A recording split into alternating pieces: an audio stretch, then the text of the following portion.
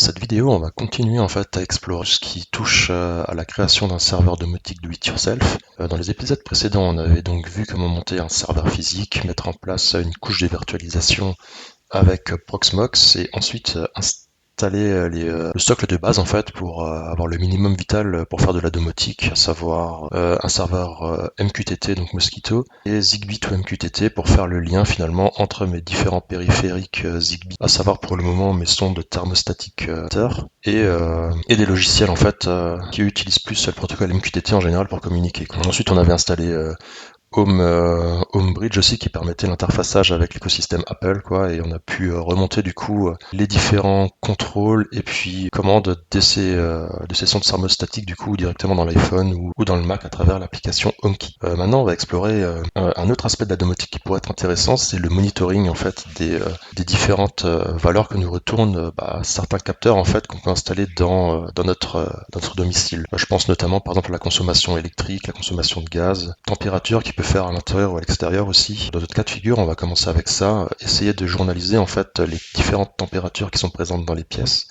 information qui peut m'être remontée justement par mes sondes thermostatiques en fait. Pour ça, forcément la première étape, ça va être de stocker en fait physiquement ces données sur le disque dur en fait du serveur. Donc pour ça, on va utiliser une base de données PostgreSQL. Pourquoi Postgre En fait, c'est très peu utilisé en général Postgre pour ce genre d'application. On utilise ce qu'on appelle des time series en fait pour stocker une succession de logs. En général, ça va plus être des InfluxDB, ce genre de bases de données qui sont qui sont prévues pour ça en fait, pour stocker en fait un grand nombre de données qui sont relativement grosses quoi, et sur lesquelles on fait pas forcément des traitements très volumineux en fait en temps de CPU. Si j'ai bien compris, l'intérêt c'est surtout de stocker de façon efficace des millions d'entrées sans avoir besoin d'avoir des serveurs énormes et avec un temps de requêtage qui est relativement faible. Nous en fait c'est pas forcément nécessaire d'aller aussi loin parce que j'aurai pas non plus des millions d'entrées. Je pense que je vais peut-être journaliser la température toutes les heures dans les pièces, voire tous les quarts d'heure. J'ai 7 températures ou une dizaine, ça va faire, je sais pas, que centaines de lignes par jour, quoi. Enfin, c'est pas grand-chose. Et surtout que, en fait, avec Postgre, on a quand même pas mal de plugins ou de moyens, en fait, de faire de la time series qui reste efficace, en fait. Donc, on va voir ce qu'on va utiliser concrètement parlant. En fait, il y a différentes solutions qui s'offrent à nous, comme d'habitude. J'ai pas encore vraiment étudié la question, là, maintenant. Mais on va trouver quelque chose de sympa. Et ouais, l'autre raison, c'est que moi je suis développeur web, comme j'ai dit, Postgres c'est un serveur de base de données que je peux être amené à utiliser aussi dans mes projets perso ou pro, dans mes autres projets, et du coup je me dis que monter en niveau en fait sur cette base, ça me sera plus bénéfique qu'un truc comme InfluxDB qui finalement me servirait que dans mes projets domotiques quoi. Voilà. Bon, alors j'ai trouvé ce qu'on va utiliser, on va utiliser TimescaleDB, je crois que c'est comme ça que ça s'appelle. Ouais, c'est ce truc-là. Alors attention, on va faire des trucs de ouf, on va créer des hypertables. Alors des hypertables, ça va être une façon dont sont structurées les données en interne au niveau de TimescaleDB, en fait, qui est une extension Postgre qui est optimisée pour stocker les time series. Si j'ai bien compris vaguement ce que j'ai lu de la documentation là, pour l'utilisateur, donc pour moi ça va être totalement transparent en fait, je vais utiliser des tables tout à fait traditionnelles et ça va être le plugin qui va en fait optimiser les choses de façon transparente pour pouvoir requêter plus facilement la table. Bon alors comme j'expliquais juste avant, je pense que c'est complètement overkill pour notre cas d'usage, mais bon on est là pour le sport aussi pour tester des trucs, du coup on va mettre ça en place, hein. Donc en fait, comment ça s'installe? C'est relativement simple, hein, j'ai l'impression, puisqu'il nous suffit d'utiliser leur conteneur Docker officiel, hein. Alors il y a deux versions, la TimescaleDB HA et puis la Lite. Du coup, quelle est la différence? Celle-ci, la normale, utilise une image qui est basée sur Ubuntu avec le TimescaleDB Toolkit et la Lite est basée sur Alpine, donc un OS beaucoup plus léger qui ne contient quasiment aucune commande de base, quoi. C'est vraiment le strict minimum en fait pour avoir un OS utilisable. Et sans DB Toolkit. Alors on va déjà voir ce que c'est que cette chose, hein. C'est un truc qui fonctionne en Rust visiblement, puisqu'on utilise Cargo pour lancer T. Ça nous apprend pas trop à quoi sert ce truc, hein. Par contre, on va voir s'il y a plus de choses dans la doc. J'en ai aucune idée. Bon, je pense qu'on va l'utiliser sans installer l'image, la Lite. Au moins on sait ce qu'on installe. Et puis au pire des cas, si à un moment on a besoin de ce toolkit, on pourra toujours l'installer à la main. Bon, du coup, on va commencer par mettre à jour notre projet Docker Compose pour rajouter ce nouveau conteneur en fait, hein. Donc PG17, dernière version de Postgre, donc tout est bien. Donc je retourne dans ma configuration PHP Storm qui est toujours pas synchronisée d'ailleurs, hein. On le fera un jeu dans les scripts. Docker Compose, d'ailleurs un espace en trop là, on a l'Homebridge, le Mosquito, le Zigbee to MQTT. Postgre, on va le mettre ici. Postgre, container name, Postgre, l'image du coup ça va être celle dont on a start, c'est pareil, c'est unless stopped. Et puis les volumes, comme pour les autres conteneurs, en fait, on va binder data Postgre sur un truc dans lib, je pense. Run the container, donc là on y est, donc eux, le volume, ils le mettent sur /pgdata. Pgdata, ok, pgdata égale pgdata. Et ensuite on configure le serveur, ok. Du coup on va faire la même chose, hein. Donc on le monte sur pgdata et ensuite par contre il va falloir binder des variables d'environnement. C'est ce qu'on voit ensuite là, hein, c'est tous les E environnement et là on va les copier en fait tous. Alors cette variable là c'est probablement pour définir le home de Postgre. On va binder le port aussi 5432 pour pouvoir accéder justement au serveur Postgre. Encore c'est marrant ça, on définit juste le mot de passe comme ça, ok. On va dire password pour gérer comment stocker les secrets. Ça, c'est un truc aussi que j'ai jamais vraiment bien étudié, comment stocker les secrets de façon pérenne dans les fichiers de conf. On fera peut-être un épisode là-dessus le jour où j'aurai le temps de m'y pencher, quoi. Ça pourrait être intéressant. Pour le moment, notre serveur, il va avoir comme mot de passe password. De toute façon, comme tout ce qui concerne ce projet, c'est pas accessible en dehors de mon réseau local. Donc, a priori, il y a peu de risques. Pour 5432, ouais, il y a ça aussi. Pour 5432, il y a ça aussi à binder.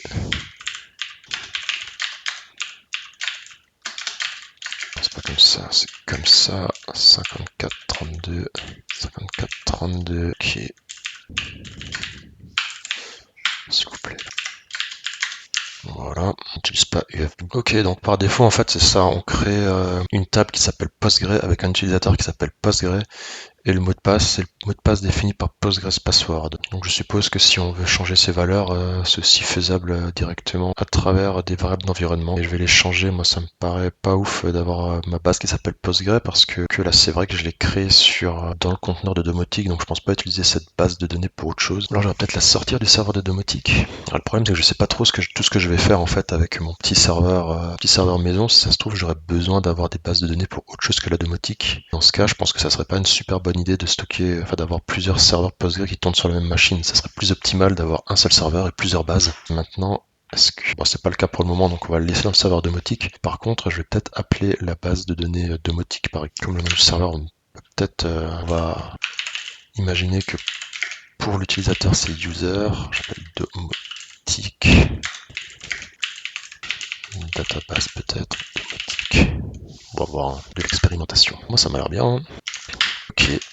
Alors comme les environnements sont toujours pas synchro, je vais devoir recopier cette configuration dans le Docker Compose de mon serveur. On va le relancer, donc on le met en up, en fork. On télécharge l'image et ses différentes couches. Allez, Postgres lance, qu'est-ce qui se passe? C'est pas si grave, je pense. Access, ok, timescale bon aussi. Si le serveur tourne, qui est là-dedans, bien ça m'a l'air bien. Donc moi maintenant ce que je vais faire en fait, c'est que je vais quitter les conteneurs et je vais le lancer en background en fait, juste pour éviter d'avoir le shell qui soit pollué par les logs. Ah. Et maintenant par contre, est-ce que j'ai la commande pg start là? PSQL, je suis pas certain. Est-ce que je peux la trouver en cherchant PSQL, PostgreSQL client je suppose, ouais c'est ça là.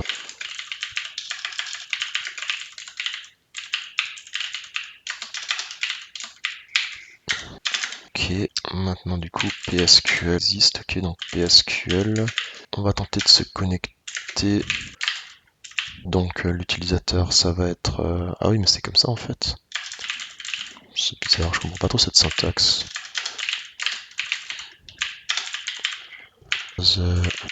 Slash, ok non, c'est plutôt ça je pense que c'est un genre de protocole ce truc. On utilise le protocole Postgre, on se connecte avec l'utilisateur domotique et le mot de passe password sur l'autre Postgre et on demande la database domotique. Ah oui, non, mais ok, de toute façon, je peux mettre en arrobase localhost puisqu'on a le binding. Chaque fois, je me plante. Ok, on est bien connecté. Là, on est sur notre base de données. Donc maintenant, il va falloir créer en fait la base, enfin la table qui va contenir nos différentes entrées. Et là, il faut peut-être réfléchir un peu sur la façon dont on va stocker les données. Parce que le problème, c'est que je sais pas aujourd'hui toutes les données dont j'aurais besoin en fait. Et alors bon, en vrai, c'est pas très grave. Hein. Par exemple, si aujourd'hui je stocke que la température de mes sondes et que demain j'ai envie d'avoir, je sais pas, le degré d'ouverture des valves, bah, je mettrai à jour le modèle et puis je sauvegarderai les nouvelles valeurs. J'aurai pas d'historique, mais bon, c'est pas forcément très grave quoi. Mais je me demande quand même si ce serait pas une certaine façon intelligente de stocker en fait toutes les données qui me sont renvoyées par le capteur en fait. Parce que comme dit, avant que j'ai des problèmes d'espace disque sur mon serveur qui fait 500 mégas, je pense qu'on peut y voir, il peut y avoir du temps qui passe quoi. Et le fait de stocker surtout toutes les données telles que récupérées par le message MQTT, bah, ça permettra aussi d'expérimenter le type de données JSON, tiens, qui existe dans Postgre. On va faire ça. La table, on va l'appeler juste. Du coup, la table, on va l'appeler juste métrique. Alors attendez, je vais peut-être écrire les requêtes à la main là-dedans avant de les taper. Comme ça, je les aurai encore une fois. Bon, normalement, on est censé faire des scripts d'installation et tout, quoi. Donc, serveur, ok, installation. Donc là, il y a tout le truc. Il y a Postgre. Création des tables. Donc, on va faire une table. Ça serait quoi? Table metrics. Attendez, je vais juste voir si on a. Attendez, je vais juste voir si l'extension a bien été installée. On peut voir ça. Non, attendez, alors on fait ça. Si je fais DX, il me dit quoi? Les extensions qui sont installées, on voit que on a PGSQL et puis Timescale. Donc c'est bon. Donc l'extension est bien installée, quoi. On va pouvoir commencer à jouer comme on veut. Donc, ok, ça c'est bon. Timescale bien présent. Ensuite, quelle requête je vais... Je pense qu'on va faire une seule table qui va contenir en fait l'intégralité des valeurs retournées par mes capteurs. C'est pas la peine de faire une table par type thermostat par exemple, une table par deux types. Pas que ça soit nécessaire en fait. Pourquoi? Parce que comme dit, je vais stocker la charge utile directement dans un tableau JSON. On va faire ça pour le début, ok. Donc là je suis dans le shell, hein, c'est ça. Si je fais un show table, est-ce qu'on voit quelque chose? Attends, je connais tellement pas Postgre pour le moment. Je suis trop habitué à MySQL, à ChatGPT.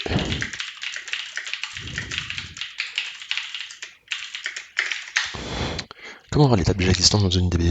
Ah, peut-être faut faire un DT. Aucune relation n'a été trouvée. Ok, bon alors on va déjà créer notre table, on verra bien.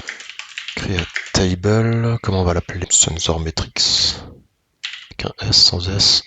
Ah, c'est toujours le même problème, hein. Quand on fait de l'informatique, savoir comment nommer les choses, c'est vraiment le problème le plus compliqué à résoudre. C'est encore une fois, il n'y a pas de bonne façon de faire quoi, il faut juste réussir à être régulier sur toute la durée de vie du projet et pas avoir un moment des trucs au singulier, des trucs au pluriel et tout quoi. Du coup, on essaie de trouver le truc le plus logique, mais en fonction de la journée, j'ai l'impression que notre bon sens diffère quoi. Bref, on va l'appeler au pluriel.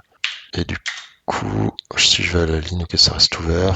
Donc on va identifier le capteur par une ligne, ça va être un type varchar, par exemple ça va être thermostat bureau. Ça va être nul. On va avoir une date, timestamp, je suppose, une note nulle, qui par défaut vaudra la date actuelle. Et les métriques, enfin, ça sera du JSON note nul. Et ensuite, on rajoute une contrainte sur le couple sensor date, je suppose. Sensor date unique, et là ça va être le couple sensor et date. Ok, et maintenant si je fais un DT, ok, je vois ma table. Et évidemment, si je sélecte la table, il va me retourner un truc vide. Select all from, pardon. Ok, voilà, donc on a notre table qui est là. Maintenant, déjà je vais copier. J'ai copié la requête, mais en fait c'est dégueulasse ce truc. Ah, d'ailleurs, j'ai pas rajouté d'ID. Est-ce que je dois rajouter un ID? 100% des tables ont un ID, comme clé primaire. Je pense que ma table en a pas d'utilité, mais 100% des fois où je pense qu'une table n'a pas l'utilité d'une clé primaire, eh ben elle en a quand même l'utilité. Enfin, c'est quand même nécessaire au bout d'un moment. On va la rajouter. Du coup, ce que je vais faire, c'est que je vais supprimer cette table plutôt que de m'amuser à la modifier pour avoir un script de création uniforme. Donc comment je l'ai appelé cette table, je me rappelle plus. Sensor Metrics, Drop Table, voilà, c'est fait. Ensuite, on a toute la nouvelle table là. Ah, je peux pas monter là-dedans. Pièce à côté, c'est pas très grave. Dans Obsidian, je leur... ok. En fait, j'avais déjà marqué, je vais faire n'importe quoi. Donc on va rajouter l'ID serial de type print. Qui, par contre, de souvenir, le temps incrémente ne se fait pas automatiquement. Ok, alors serial, a priori, est déjà auto-incrémenté. J'avais le souvenir qu'il y avait, n'existait pas de vrai type auto-incrément, qu'il fallait faire un genre de procédure stockée, mais tant mieux. Qu'est-ce que nous dit ChatGPT qui a une version moderne? Ah, ok, donc c'est déjà moderne, serial, bon. Avec generate as identity. Tiger, generate, enfin, c'est manuellement certaines. Tiens, c'est marrant, j'ai jamais entendu parler de ce truc. Voyons voir ce que nous dit Ethernet. Ok, il y a des comportements bizarres avec serial, il vaut mieux utiliser always as identity. Vous voyez même pas, je suis en train de lire des trucs là, mais où on a différents types de colonnes d'identité visiblement. Ok, bon, ça a l'air de faire vraiment ce qu'on place. We to explicitly request a sequence generated value like. C'est ok, donc c'est la même chose. Ok, generated always ou generated by default. Ok, du coup, pour la génération de... Moi j'étais resté sur le mot-clé serial qu'on pouvait utiliser pour pouvoir définir finalement ta clé primaire quoi. Visiblement dans les nouvelles versions de Postgre, enfin nouvelles pas forcément, ça a l'air quand même assez vieux d'après ce que j'ai lu, on peut utiliser un autre format qui serait plus du genre on définit le type. Donc nous on va prendre big integer parce que je pense qu'il va quand même risquer d'y avoir beaucoup d'entrées au bout d'un moment. Et ensuite on peut mettre un generated always as identity. Et a priori, c'est mieux d'utiliser ça que serial parce que ça a moins de comportements bizarres. Je sais pas trop ce que ça veut dire, sachant que on a deux modes possibles aussi pour ces valeurs générées. Soit on peut les utiliser en mode always, soit on peut les utiliser en mode as default, je crois. J'avais vu ça quelque part, c'était où? Ouais, c'est ça, on pourrait utiliser generated by default as identity. Et dans ce cas-là, ça permet à l'utilisateur de forcer un ID différent. Nous, dans notre cas, on va imposer le fait que l'ID soit géré par Postgre et on puisse pas le mettre à la main parce que pas trop dans quel cas de figure ça pourrait être intéressant de laisser la main à l'utilisateur là-dessus. Bref, on va relancer cette commande et normalement on va créer une table qui aura elle aussi virgule. Et comme ça nous aurons notre table qui va contenir les différentes valeurs de domotique. De domotique, qu'est-ce que je raconte On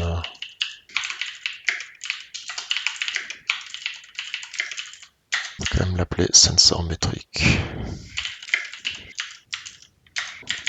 Ok. Drop table sensor data. Voilà. Non, je peux la créer. Ok. Voilà, on a la table. Maintenant, il faut voir comment on va l'alimenter cette table. Et là, ça promet d'être intéressant. On se retrouve genre 2 mois après le début de la vidéo, je crois. Je viens de la retrouver dans mes archives. Je me suis dit que ça serait peut-être bien de la publier quand même, en fait, puisque je vais pas réinstaller un serveur Postgre juste pour refaire la vidéo avec mon nouveau micro et tout. Je voulais juste refaire la fin, en fait, puisqu'après, j'ai divagué un peu dans différents trucs qui sont pas forcément nécessaires pour la vidéo. Je voulais juste te dire que là le serveur Postgre est terminé, en fait il est up, comme on a pu le voir. Maintenant la prochaine vidéo, on va la tourner juste après et on va essayer de coder une application qui va en fait simplement enregistrer les entrées MQTT dans cette base de données. Et ensuite on verra comment on pourra l'utiliser pour alimenter un Grafana. Allez, à plus tard.